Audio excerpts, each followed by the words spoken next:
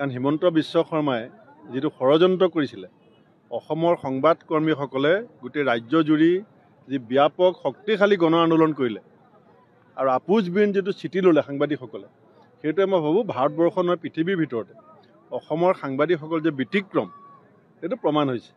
বহুত চৰকাৰী পক্ষৰ চেনেলো আছে, কিন্তু মই দেখিছোঁ যে সাংবাদিকসকলে কিন্তু নিজৰ যিটো একতা আৰু নিজৰ যিটো ন্যায় তাৰ কাৰণে মুকলি মনেৰে তেওঁলোকে যিখন যুঁজ দিলে মই অসমৰ সকলো সাংবাদিকক মই ধন্যবাদ জনাইছোঁ। আৰু দিলৱাৰ হুছেইন মজুমদাৰ এইটো এজন ব্যক্তি নহয়, এইটো আমাৰ এটা কণ্ঠ।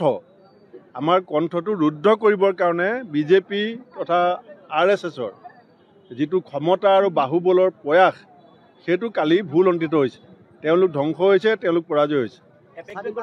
আচল কথাটো আপুনি সুধিছে যে এপেক্স বেংকৰ ব্যাপক যিটো দুৰ্নীতি হৈ আছে সেইটো যাতে নোলায়, ইছ্যুটো যাতে ডাইভাৰ্ট কৰিব পাৰে, সেইকাৰণে আমি ৰাইজে এই কথাটো বুজি পাব লাগিব। আমি সকলোৱে বুজি পাব লাগিব যে হিমন্ত বিশ্ব শৰ্মাৰ আচল কৌশলটো কি।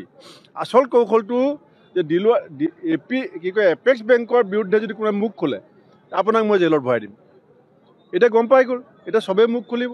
আৰু আমি বিচাৰিছোঁ এপেক্স বেংকত প্ৰকৃততে কি হৈ আছে মুখ্যমন্ত্ৰী এখন শ্বেতপত্ৰ দি অসমৰ ৰাইজক জনাব লাগে, কাৰণ এইটো আমাৰ জাতীয় অনুষ্ঠান। এইটো কোনো হিমন্ত বিশ্ব শৰ্মাই প্ৰতিষ্ঠা কৰা অনুষ্ঠান নহয়, এইটো অসমীয়া জাতিৰ এটা জাতীয় অনুষ্ঠান। এপেক্স বেংকক আমি অপমৃত্যু হ'বলৈ দিব নোৱাৰোঁ। লুণ্ঠনৰ হাতোৰা বিজেপিৰ এপেক্স বেংকত গৈ পেলাই পৰিছে, আৰু সেইকাৰণেই হিমন্ত বিশ্ব শৰ্মা কম্পমান হৈছে, আৰু সেইকাৰণেই কণ্ট্ৰল কৰিবৰ কাৰণে চেষ্টা কৰিছে, যিটো ইতিমধ্যে তেওঁ বিফল হৈছে।